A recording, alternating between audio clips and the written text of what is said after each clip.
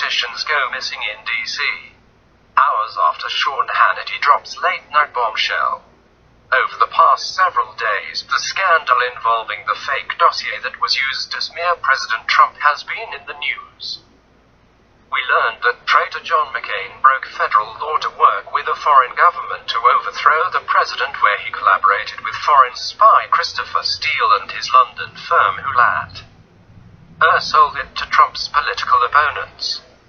Now, a bombshell involving two other traitor politicians is emerging, and suspiciously, these men are nowhere to be found in Washington, D.C. On Sean Hannity's segment of his show on Wednesday night, he told his audience that he has information proving that it was former FBI Director James Comey or FBI Deputy Director Andrew McCain who paid for the phony Trump dossier that was then used by U.S. intelligence officials to spy on Trump. Sean Hannity: I'm hearing from sources that either Comey or McCain paid. Do you hear the same? Sarah Carter: I'm hearing both stories, Sean. In light of yet another scandal involving these two clowns.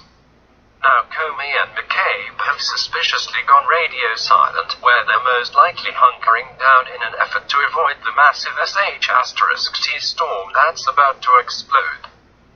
As the news tightens around the deep state criminal network, both James Comey and Andrew McCain have gone silent. Crooked cop James Comey has not tweeted since this tweet on January 3rd. The Gateway pundit confirmed. Hannity went on. This is going to get a lot more outrageous before it's all done. And to some of us who attempted to ask, how could these people possibly be so arrogant to think they were going to get away with this? Comey is likely panicking at this point, as his career is already on the line after a team of lawyers made the move last week to permanently ban him from ever practicing law again. As we previously reported, Ty Clevenger, a lawyer who has filed a grievance against the former FBI director, made a statement on Friday to the New York Lawyers Disciplinary Committee stating that if Comey did in fact leak classified information about his meetings with the president, he should be brought up on charges and disciplined by the Bar Association of New York, and then banned from ever practicing law again. We've learned in recent months that the FBI is riddled with Obama's minions and has transformed into the rogue criminal arm of Obama's shadow government. The FBI is now fully operating as essentially Obama's secret police. As these law enforcement agencies are now doing the bidding of slimy politicians rather than upholding their oath, which is to pursue impartial justice on behalf of the public. Even further, some have accused Comey, who gave the information as a private citizen, of violating U.S.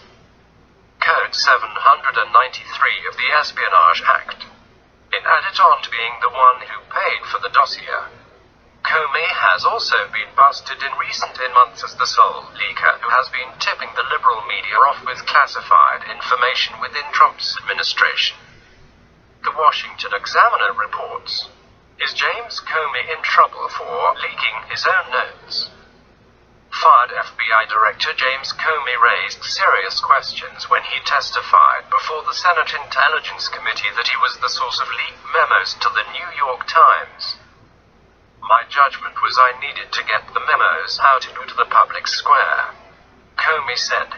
So I asked a friend of mine to share the content of the memo with a reporter.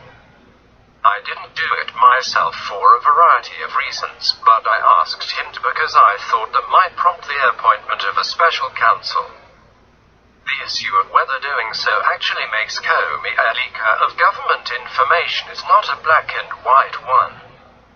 Some have accused Comey, who gave the information as a private citizen, of violating U.S. Code 793 of the Espionage Act. It's high time that President Trump holds these treasonous windbags accountable for their crimes and puts them behind bars where they belong.